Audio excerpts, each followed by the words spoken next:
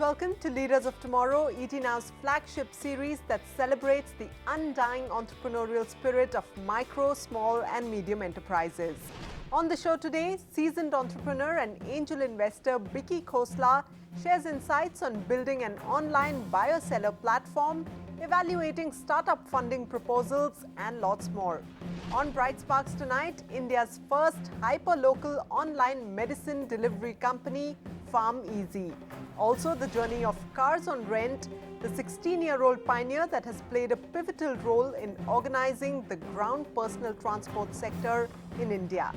So that's what we have in store for you tonight. Let's start off with our Bright Sparks. Our first Bright Spark tonight is one that is calling itself India's first hyper-local medicine delivery company. This online drugstore has an extensive network of offline partner retailers across the country and is empowering traditional mom-and-pop chemist stores with technology. With its easy-to-use app, PharmEasy is not just offering customer convenience, but is also making an attempt to organize the pharmacy segment in India. ET Now's Poulomi Mukhopadhyay reports. We are living in the new age of technology. Blended with an innovative idea, a fresh startup is born. Taking e-commerce to the next level is one such company, PharmEasy. Unlike the regular run-of-the-mill online ventures, PharmEasy is said to be India's first hyper-local medicine delivery model, which collaborates with local pharmacies for the last-mile delivery. Ensuring greater transparency, better coordination, and benefits to the consumers, PharmEasy is an online drugstore with a network of offline partner retailers across the country. So medicine is a very complex area, keeping in mind the delivery deadlines, stocking and everything. Why did you choose a field like that? Healthcare space as such did not have infusion of technology in it. Today you can see you can buy shoes online, you can buy clothes, you can buy apartments online. But there was no option to buy medicine online or get any of the healthcare services online. Second is the issues that you're talking about, the stock issues or expiry date issues or inventory issues. Those can be solved with technology. So you spoke about empowering your partners. So why would pharmacies join hands with you? What's in store for them? So typically I would say there are these organized pharmacy chains and there are the unorganized small mom and pop stores. These smaller ones are losing out on business because of the aggregators or maybe the organized pharmacy chains. So these guys work with us to have more customers, improve their business. So typically a store who's partnered with us was having a top line of say 3 lakhs a month, and now after working with us he's doing a sales of 1 lakh every day. So this is the kind of upside that PharmEasy provides for the local vendors. So looking at the internet penetration in India, do you think you're restricting your company by being app only? The model is such that we are looking for customers prescription. We would want that as the first mandatory step in the entire process. Now having a scanned copy from a computer is quite difficult for a customer. So that was our first point of view while having the app only model. Now let's shift focus and talk about the marketing strategies of PharmEasy. For us, the only strategy that has worked is service and the offerings that we have. Empowering the brick-and-mortar medical retailers with technology, PharmEasy brings convenience and cost-effectiveness at your doorstep. This online portal is not only an integral part of the changing life cycle of a patient, but also a catalyst to organizing the pharmacy sector in India. It not only helped improving the business models of the partner retailing outlets, but also assisted them to increase sales and manage inventory using the PharmEasy app.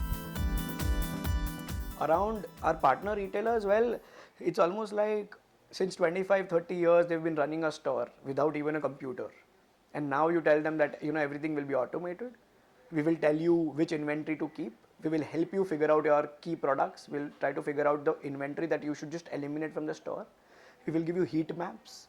That is something that, they find really, okay, it's a bit difficult, but it's amazing for them as well. According to a report by the IAMAI and the IMRB, more than 300 million internet users in India utilize this medium on their mobile devices. Taking a lead from this, PharmEasy has launched an app which helps the customer optimize their data bandwidth by uploading prescriptions over a 2G network. The app is basically very straightforward. Under 10 seconds you can place an order. You simply take a photo of the prescription and we completely take over from that point onwards. Secondly, also the app is 2G friendly. So right now there is a problem of data in India, like not everybody has data. So what we've done is we've applied compression algorithms so that the images go with high accuracy and high clarity to our partner retailers, and then they can take the process forward. With the simple strategy of discounts, seamless and timely deliveries, PharmEasy kept its app clicking and roped in big funds to expand its business. With its tagline "Share Karo, Care Karo," PharmEasy is all set to take the market by storm in days to come. So that was PharmEasy, delivering medicines at your doorstep. Next up is another bright spark that is making lives of travelers easier with its fleet of over 6,000 cars and various rental options. Established in the year 2000, Cars on Rent is constantly innovating to stay ahead of the curve in the ground personal transport segment. Here's ET Now's Libza Manan with that report. Incepted in the year 2000, Cars on Rent has been a pioneer in organizing the cluttered ground personal transport sector.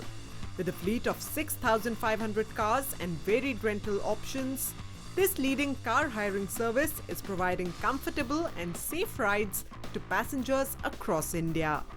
Today's second-generation entrepreneur Sakshi Vij is bringing in new innovations with her business acumen, driving the brand's growth further.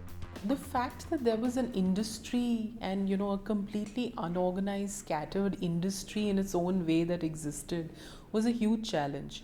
Changing the mindset of the user as well as the supplier was a huge challenge. So certain things that helped us do this was, one, our clear focus on technology. Environment is a concern for most of these sectors these days. What are the steps taken by Cars on Rent to make sure that an eco-friendly approach is adopted? We've always tried to induct more and more greener fuel mediums into the Cars on Rent fleet. The Easy Cabs fleet, for example, runs on CNG as a fuel. Even in Miles, we have electric cars as part of our fleet. We also try and provide hybrid fuel vehicles as often as possible. In the mobility sector, a cordial relationship with the chauffeur is equally important as having a good bond with the customers. What steps are taken by the company to make sure that every chauffeur associated with the company is satisfied? We are creating ourselves as a platform that enables people to come on board and get access to the customers that we bring to the table. So we actually do not work with just chauffeurs, we work with entrepreneurs, and that's what we call them. There are over 10,000 entrepreneurs who work with Cars on Rent today. What are some of the marketing strategies that the company adopts for brand promotion? Our product gets used from needs which are as varied from a housewife who wants to go pick up her child in the afternoon every day, and she takes a car from us in the afternoon because there's a location right outside of her house, to this guy who took a Nano from us from Delhi and took it for a month and drove all the way from Delhi to Kanyakumari and came back. So there are needs as wide as that. So we're trying to explore consumers. Our consumers are becoming ambassadors of our product. Among a host of services is Cars on Rent's offering called Miles.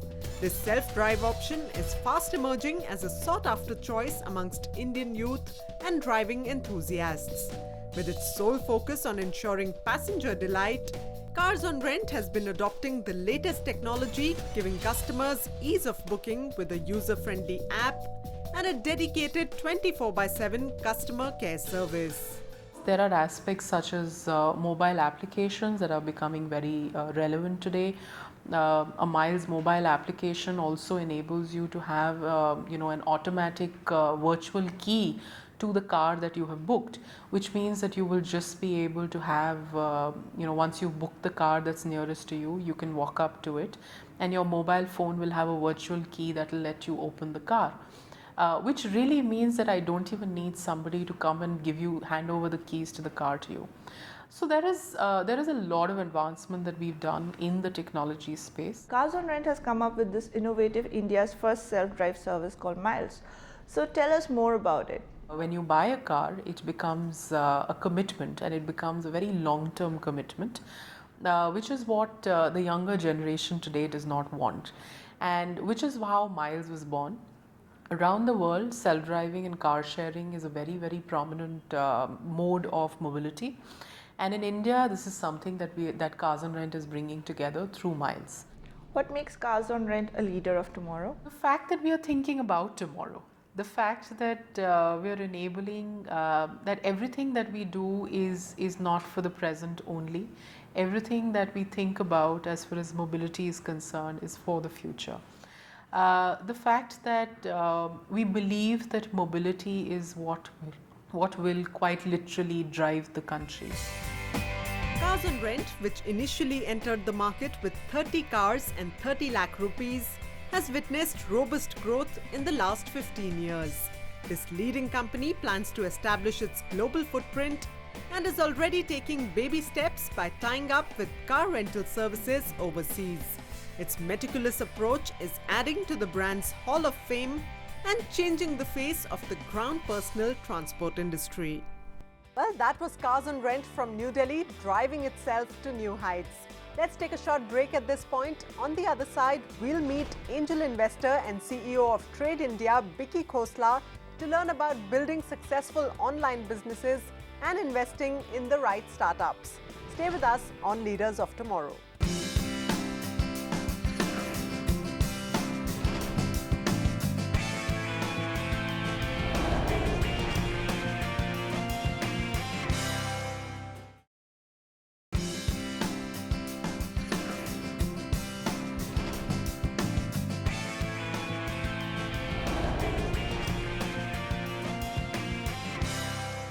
Welcome back to Leaders of Tomorrow on ET Now.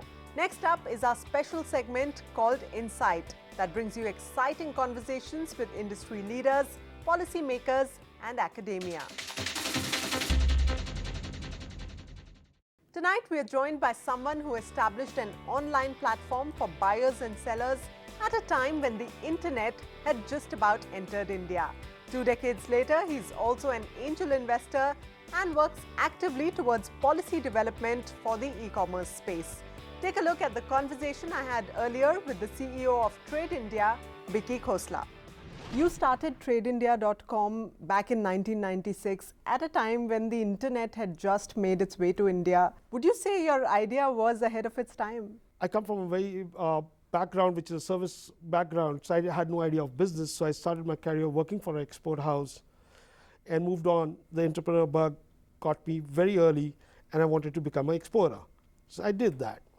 Then the next bug which bit me was to be an importer, and I moved to the US. So I started importing what I was exporting. When I was there, this idea came to me that people would walk up to me and say, where can I buy this in India? Where can I buy that?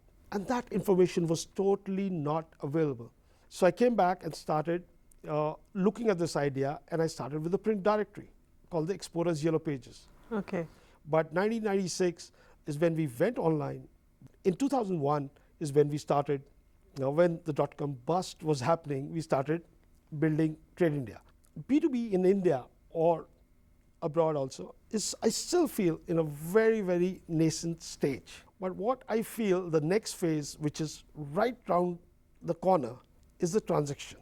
When transactions start happening and B2B sites can replace wholesale markets, that is when I will say B2B has arrived. So what kind of services did you start out with at that time, and today what's the portfolio of services that TradeIndia.com offers? You know, when we started out with the print media of just a directory with information. Today, what we later on when we went online, we started giving online websites or catalogs of customers so that they could display their products. You know, there are so many people, small medium entrepreneurs, making such beautiful stuff, but if they can't display it and show it to the world, how will they sell it? You know, that's the biggest challenge a SME faces. There are two challenges: marketing, second is finance. So what we gave them an opportunity to showcase the products all over the world. Coming back to TradeIndia.com, you connect buyers with sellers. You have lakhs of people interacting on a daily basis. Today, what's the reach of the company like? How many hits do you get in a month? You know, hits is something which I never believe in, because hits is something which you can't count and things. But the traffic is phenomenal, and the number of RFIs that we generate on a daily basis is about 80,000 RFIs a day. So that's what is important. How much, you know, if somebody is coming and looking at your site is not enough, is he engaging? When he engages, he sends an RFI. That is more important, that he's sending an inquiry. Hits is, we talked about 10 years back, so I've stopped on traffic. It doesn't bother me. Upward graph is important, but is it engaging? Are they interacting? Are they doing business? Because people today want ROI, and the net gives you a real calculation of your ROI. And going forward, how do you see that engagement increasing, and what's your vision for the company? You know, I feel B2B, like I said, is now has to go into the next phase, which is a transaction mode, and that's what we're planning to do. And what at Trade India, what we're trying to do, another thing, is try and solve the other issue of SMEs, which is financing.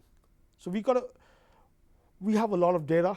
Based on the data analytics and things like that, we will be able to analyze and help them get financing. So financing is going to help them grow, because you know, we could, if you don't get, today getting loans from banks is not easy. Online advertising is surely more cost effective for small entrepreneurs. So give a few tips to the small and medium enterprises watching you today. You know, online advertising is one of the cheapest media today, you know, and you know, you can really calculate your ROI. That is another challenge that people are not doing. You know, when you invest on online advertising, you got to calculate how much ROI you're getting, and that is very, very possible. But nobody does that. If they start doing that, they'll understand the value of it. You know, so but again, if they want to do online advertising, they got to take out some time and look at things and act. You know, today one of the challenges, a very crazy kind of challenge, I'll tell you. I was in Germany at a fair, we were participating in it, and a German walked up to me and says, Indians have too much business, they don't want business. What are you doing here? I thought his English was a little different. Maybe I heard something else, so I tried to ask him. He says, you don't reply to emails. I said, what? He says, let's sit here, send emails, inquiry to 5 Indian companies and 5 Chinese, and see. Indians won't reply for 3 days. Here, the Chinese, within hours, they don't know how to speak English, but they've got somebody and they'll reply, and they won't leave you till you. So what I'm saying is, these are the things that they need to change, you know, if they want to take advantage. The professionalism. Professionalism. You know, reaction time is fast. The net is too fast. You miss it, somebody else will catch it. You invest in a lot of companies, you weigh a lot of companies on a daily basis. What is it that you look at in an entrepreneur and in a company before you decide to invest in them? You know, the first most important thing what I look at is in the concept, the idea. Second most important thing for me is the team. Do they have that fire in the belly? You know, do they have that in them? It's just interacting with them and seeing their body move, their everything, you get a good feel of that. The team is the critical thing, the idea, the team. These are two very critical. Then obviously there are other things, that is it scalable, how scalable is it only for the domestic market, can it go international, you know, and what is the competition, what are the others doing in this, what are the entry barriers. Is it solving a issue? Is that what they're trying to do, is that a pain area or not? If it's a pain area, the concept is good. And are they solving that pain? Next is the team. And if that's happening, so you just take a plunge and say, I'm in. E-commerce as an industry is still at a very, very nascent stage in India. Are you hoping for the sector to get an industry recognition from the government? What sort of policy framework do you think? Yeah, there's a lot of work being done and lots, but if you ask me as a personal view, the less regulations they have on the e-commerce industry, the more it will prosper. If you look at our software industry, when did it really prosper and take off? When there was no ministry software, there was nothing like that. So, e-commerce companies have to self-regulate. That's the most important thing, that they've got to self-regulate themselves and make sure they don't do anything which is wrong, so that the government is forced to enter and make rules and regulations. Tell me, what is it that small and medium enterprises can do to leverage social media and the digital platform as a whole? Social media is very, very important, but right now, social media or digital media, this way, whichever way you look at it, helps you build a brand. It can help you build a brand. But if you look at an MSME, he's not looking at building brand first. He needs to first grow. Then he can look at this. So I would not put that as his first priority. I would say he needs to grow his business, go online, then worry about social media, rather than, because he's got limited resources, whether it's money or it's time. So I would say, come on to that later. First, go online, look at the trends, build it, use it, then build your brand. Because brand building takes time, money, and effort. Great. And you have a great field force that interacts with small and medium enterprises on a daily basis. When it comes to demands from the government, what is it that you think this sector needs in terms of support from the government, apart from infrastructure, which is the obvious thing that the country needs as a whole? One of the biggest demand is still, it's reduced, stopping the Inspector Raj. If you count how many inspectors that you've got to deal with, is very large. So that is what takes away SME's time, effort, because he doesn't have a person who's going to handle them. So he has to do everything. So that's one basic need of a SME. Second, finance is one. If he gets that, there's been a lot of talk about SME financing from the government. Government's given a lot of money to certain institutions to lend, but on ground, it's not happening. It's not happening. So that's where the government has to step in. I know they've started looked at funds for startup for SMEs. They've looked at other ways of lending without collaterals. But if you ask the SMEs, they say, "Tell me where it's happening," and that's a fact. Well, with that, it's a wrap for tonight on Leaders of Tomorrow. Conversations around the MSME sector will continue throughout the week only on ET Now. Feel free to get in touch with us on Leaders of Tomorrow at timesgroup.com, or reach us using social media by putting in the hashtag LOT, or just call us on the number flashing on your screen. Thanks for joining us. Goodbye and good night.